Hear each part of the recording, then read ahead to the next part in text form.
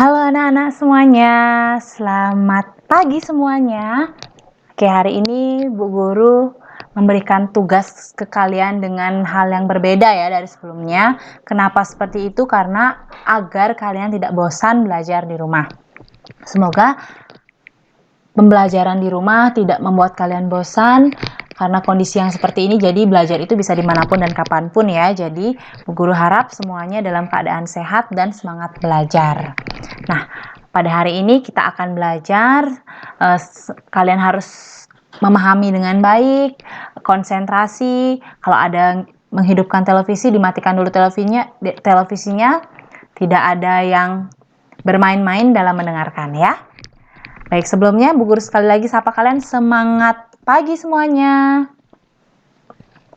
Kalau Bu Guru bilang semangat pagi, kalian harus jawab pagi ceria. Mengerti? Kita coba ya. Yang semangat. Semangat pagi anak-anak. Ya, tampaknya masih lesu ya. Ulang sekali lagi, Bu Guru ulang, harus semangat pokoknya untuk memulai pembelajaran hari ini. Sekali lagi, semangat pagi semuanya. Ya, luar biasa sekali. Good job untuk semangat kalian. Semoga hari ini pembelajarannya menyenangkan ya. Nah, hari ini Bu Guru akan memberikan kalian materi statistik ya yang berkaitan dengan mata pelajaran matematika. Jadi, untuk saat ini matematikanya tidak lagi hitung-hitungan yang rumit-rumit ya. Kita akan belajar statistik. Nah, kira-kira apa saja yang kita pelajari dalam statistik ini? Nah, dalam statistik ini kita akan belajar pengumpulan data, kemudian penyajian data, dan yang terakhir adalah membaca data. Nah, tetapi dalam pertemuan kali ini kita hanya membahas dua topik saja, yaitu pengumpulan data dan penyajian data. Nah, statistik ini berkaitan dengan apa? Berkaitan dengan data. Kira-kira ada yang tahu apa itu data? Ya, Bu Guru yakin ya, kalian ada yang tahu dan ada yang enggak. Jadi untuk menyetarakan pemahaman kalian, jadi Bu Guru kasih tahu, data adalah sekumpulan informasi berupa fakta yang diperoleh oleh seseorang. Ya, jadi informasi fakta yang kalian peroleh itu termasuk data. Tapi tergantung nanti kalian akan mengumpulkan data apa. Nah, apa saja contoh-contoh data?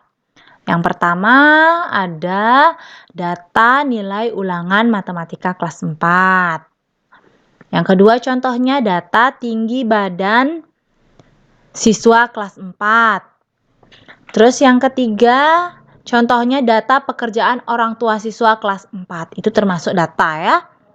Semuanya itu termasuk data. Gampang sekali ya. Jadi data, ingat data itu adalah informasi fakta yang kalian peroleh berkaitan dengan apapun itu termasuk data.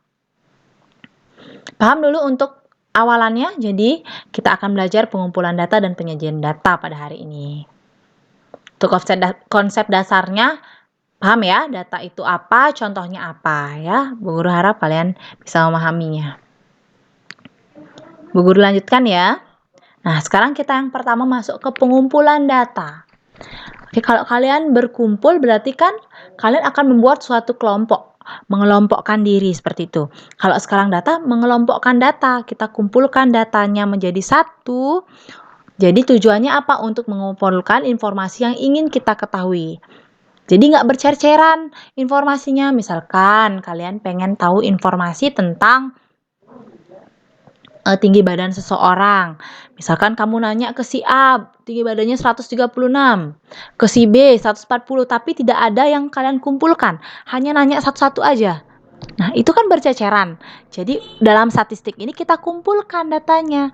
Agar apa? Tujuannya untuk mengumpulkan informasi yang ingin kita ketahui. Jadi, nggak berceceran lagi. Ya. Nah, tentu ada caranya dalam mengumpulkan data. Nah, kira-kira apa saja caranya? Nah, di sini ada 3 cara dalam mengumpulkan data. Yang pertama, cara wawancara. Nah, sama seperti bahasa Indonesia, wawancara itu kan berkaitan dengan proses tanya jawab antara narasumber dengan si pewawancara. Begitu juga dalam statistik ini, dalam pengumpulan data ini. Kalian sebagai si pewawancara menanyakan kepada si narasumber.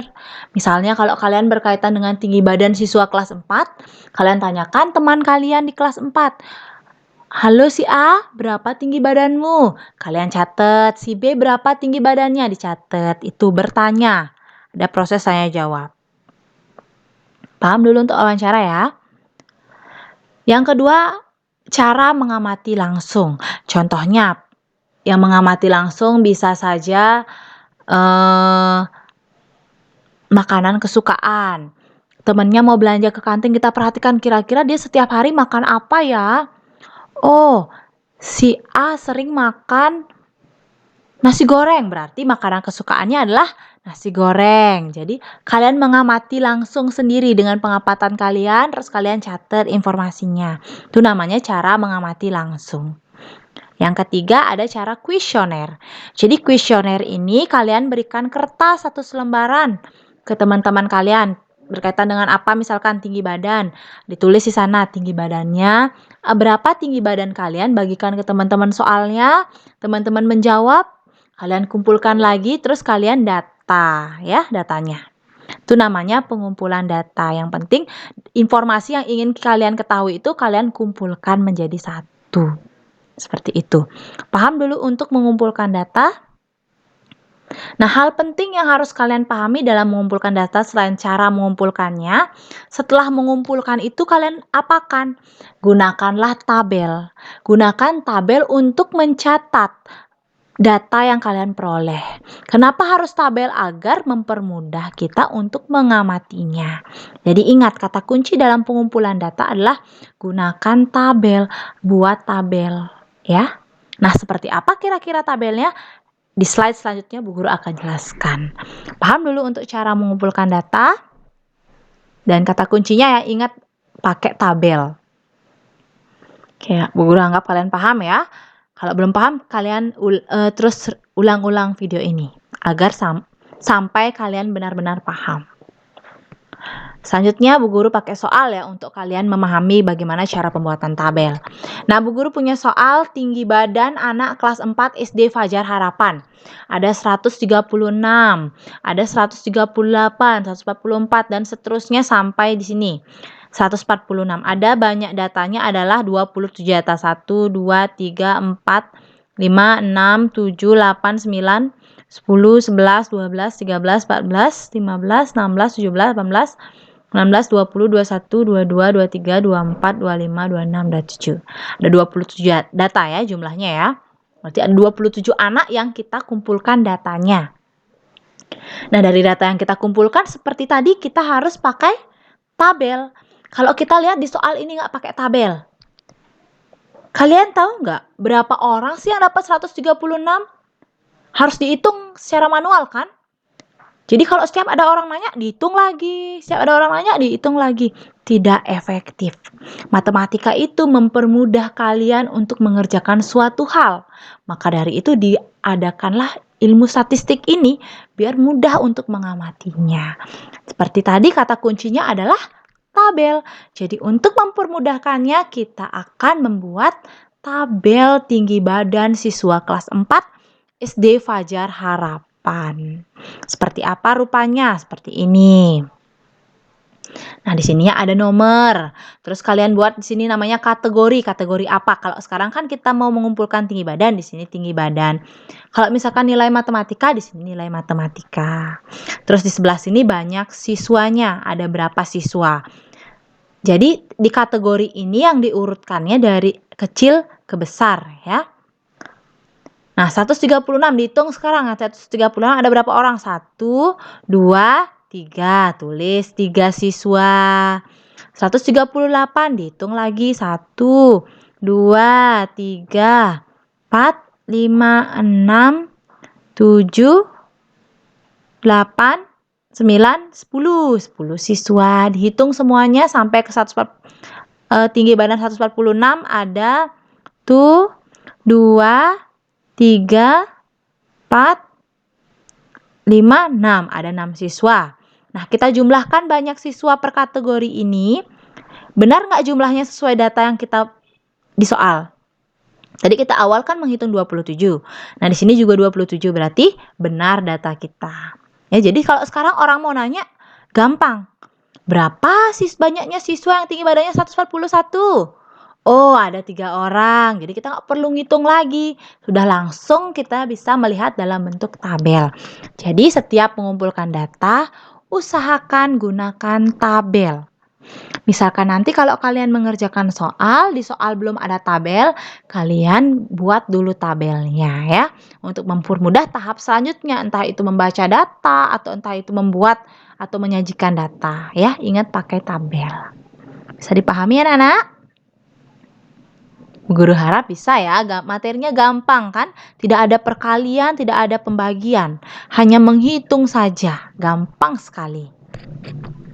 Bu Guru lanjutkan ya. Mengumpulkan data cukup sampai di sini aja, gampang banget ya. Bu Guru yakin anak-anak kelas 4 cerdas-cerdas semua, jadi pasti paham.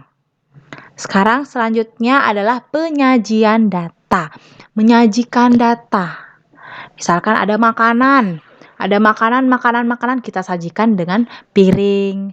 Ada bakso kita sajikan dengan mangkok. Kalau sekarang kita sajikan dengan apa kira-kira datanya? Nah, sebelumnya tujuannya menyajikan data untuk apa? Untuk mempermudah membaca data. Jadi mempermudah membaca data, membantu kita untuk memperoleh informasi. Nah, kira-kira kalau nasi disajikan dengan piring bisa, disajikan dengan mangkok bisa.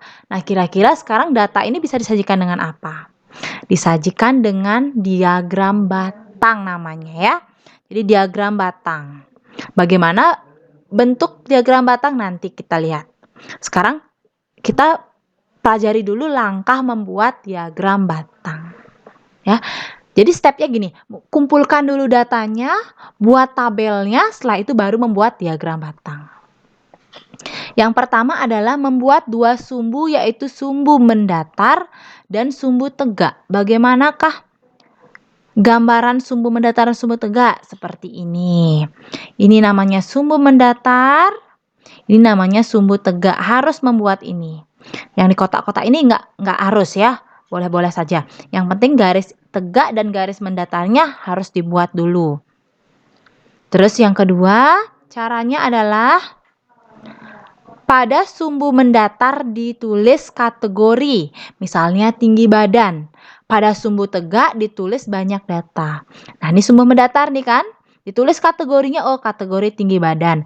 Tinggi badan berapa aja yang ada di tabel, ditulis di sini 136, 138, 141, 144, 146. Banyaknya data juga. Nah, banyak data ini harus kelipatannya sama, 2, 4, 6, 8, 10, 12. Kalau mau satu-satu boleh juga 1, 2, 3, 4, 5. Kelipatannya harus 1 semuanya. 2, 2 harus semuanya kelipatannya. Paham dulu? Dan jarak-jaraknya juga harus sama ya. Usahakan harus menggunakan penggaris. Paham dulu untuk tahap kedua? Paham ya, pasti ya. Ingat, yang mendatar kategori, yang tegak banyaknya data. Terus yang ketiga, membuat batang pada setiap kategori. Udah mulai masuk nih ya ke diagramnya. Nah, ini batang-batangnya, ini namanya batang ya. 136 tadi di tabel yang pertama kita pelajari ada 3 siswa. Jadi hubungkan ke tiganya dia nih, tiganya. 138 ada 10 orang. Nih dia.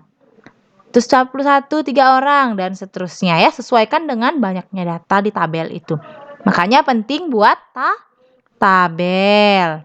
Dan yang terakhir adalah memberi warna atau mengarsir batang. Warnai dia. Boleh pakai pensil, boleh pakai perwarna apa, yang penting sama warnanya ya. Dan harus rapi. Itu stepnya ada 4. Yang pertama membuat sumbu, yang kedua menulis kategori dan banyaknya data, yang ketiga membuat batangnya berdasarkan tabel. Ingat ya, berdasarkan tabel. Tidak aur-auran buatnya. Tidak sekedar membuat batang sesuka kalian, tetapi harus dengan tabel dalam yang kita buat saat pengumpulan data. Terus yang keempat memberi warna agar terlihat batangnya ya. Ya, selanjutnya untuk lebih paham kita ke soal ya. soal penyajian data. Soalnya masih yang tadi yang Bu Guru pakai ya, yang di pengumpulan data. Data tinggi badan siswa kelas 4 SD Fajar Harapan dalam bentuk tabel. Ini sudah bentuk tabel ya. Jadi kita langsung buat diagramnya. Kalau misalkan belum dalam bentuk tabel, harus ditabelin dulu baru dibuat diagramnya. Soalnya apa? Sajikan data di atas dengan diagram batang. Jadi disuruh menyajikan data ini dalam bentuk diagram batang. Ayo kita sajikan. Data tinggi badan siswa dengan diagram batang. Seperti ini penampilannya ya. Banyaknya 136. Oh, kategorinya di sini banyak 3 orang. 138 10 orang. Oh, 138 naik 10. Ya, nih dia 10 sampai sini. 141 3 orang. Oh, di sini naik 3. 144 5 orang, naik 5 orang. 146 6 orang. Paham ya? Jadi buatnya menggunakan dari tabel biar lebih gampang ya. Jangan dari data yang kayak tadi pertama, masih berceceran, nggak boleh. Susah kalian nanti membuatnya. Itu akan mempersulit langkah kalian. Jadi dalam penyajian data yang diingat adalah triknya, jika ada soal belum dalam bentuk tabel, buat tabel terlebih dahulu. Jadi sangat penting sekali kalian memahami pembuatan tabel. Karena tabel akan mempermudah kalian untuk membaca data, menyajikan data ya. Jadi harus paham tabelnya. Dan ingat dalam belajar statistik harus menggunakan penggaris agar rapi. Tidak boleh bengkat-bengkot, harus lurus. Paham anak-anak? Gampang sekali ya penyajian data ya. Cuman sampai sini aja penyajian datanya. Ya, tadi pengumpulan data, penyajian data. Ingat triknya. Kalau belum paham, ulangi lagi pembelajarannya. Dah, Bu Guru anggap kalian sudah paham ya. Kalau kalian sudah paham, terima kasih telah mendengarkan dengan baik. Tugasnya kalau kalian sudah paham, kerjakan soal di LKS matematika yang pasti ya.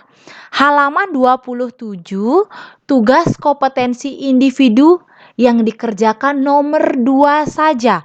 Nomor yang lain tidak usah dikerjakan. Dikerjakannya di mana Bu Guru? Dikerjakannya di buku catatan kalian. Ingat buat yang rapi, isi judul atasnya dengan pensil ya. Buat diagramnya dengan pensil dulu agar tidak coret-coret ya. Buat dengan pensil dan pakai penggaris. Ingat yang dikerjakan nomor 2 saja. Bisa dipahami anak-anak? Kalau belum paham, diulang lagi videonya berkali-kali sampai kalian benar-benar paham. Ya, Bu Guru yakin anak-anak SD Fajar Harapan khususnya kelas 4 pintar-pintar ya. Dan semangat belajarnya di rumah. Tidak boleh jenuh belajar di rumah ya karena kondisinya seperti ini. Nanti saat sekolah kalian harus benar-benar sudah menjadi anak yang hebat, anak yang pintar, bisa menjadi anak yang mandiri ya. Oke, paham? Jadi ingat dikerjakan tugasnya ya. Semoga paham dengan apa yang Bu Guru sampaikan. Bu Guru mohon maaf jika ada kata-kata yang salah atau kata-kata yang kurang dipahami atau pembicaraannya Bu Guru terlalu cepat. Bu Guru mohon maaf. Semoga Bu Guru berharap kalian semua mengerti dan paham apa yang Bu Guru jelaskan. Rajin-rajin membaca buku di rumah ya, karena belajar itu tidak hanya sebatas di sekolah saja, dimanapun dan kapanpun kalian bisa belajar. Terima kasih anak-anak. Dan ingat, mari kita sama-sama cegah virus corona ini dengan cara pakai masker jika kalian keluar rumah, kemudian rajin-rajin mencuci tangan dengan air mengalir dan juga sabun. Dan yang ketiga, kalian harus makan makanan yang bergizi. Ya, ingat jaga kondisi dengan baik, jaga kesehatan. Semoga kita semua terhindar dari virus ini dan semoga virus ini cepat berlalu. Bu Guru kangen sekali dengan kalian semua. Semoga kalian di rumah belajar dengan baik ya. Jangan membuat orang tua kalian marah-marah selalu untuk menuntut kalian belajar ya. Jadi kalian harus punya inisiatif sendiri untuk belajar. Selamat mengerjakan tugas ya. Bu Guru akhiri dengan ucapan terima kasih dan selamat belajar anak-anak.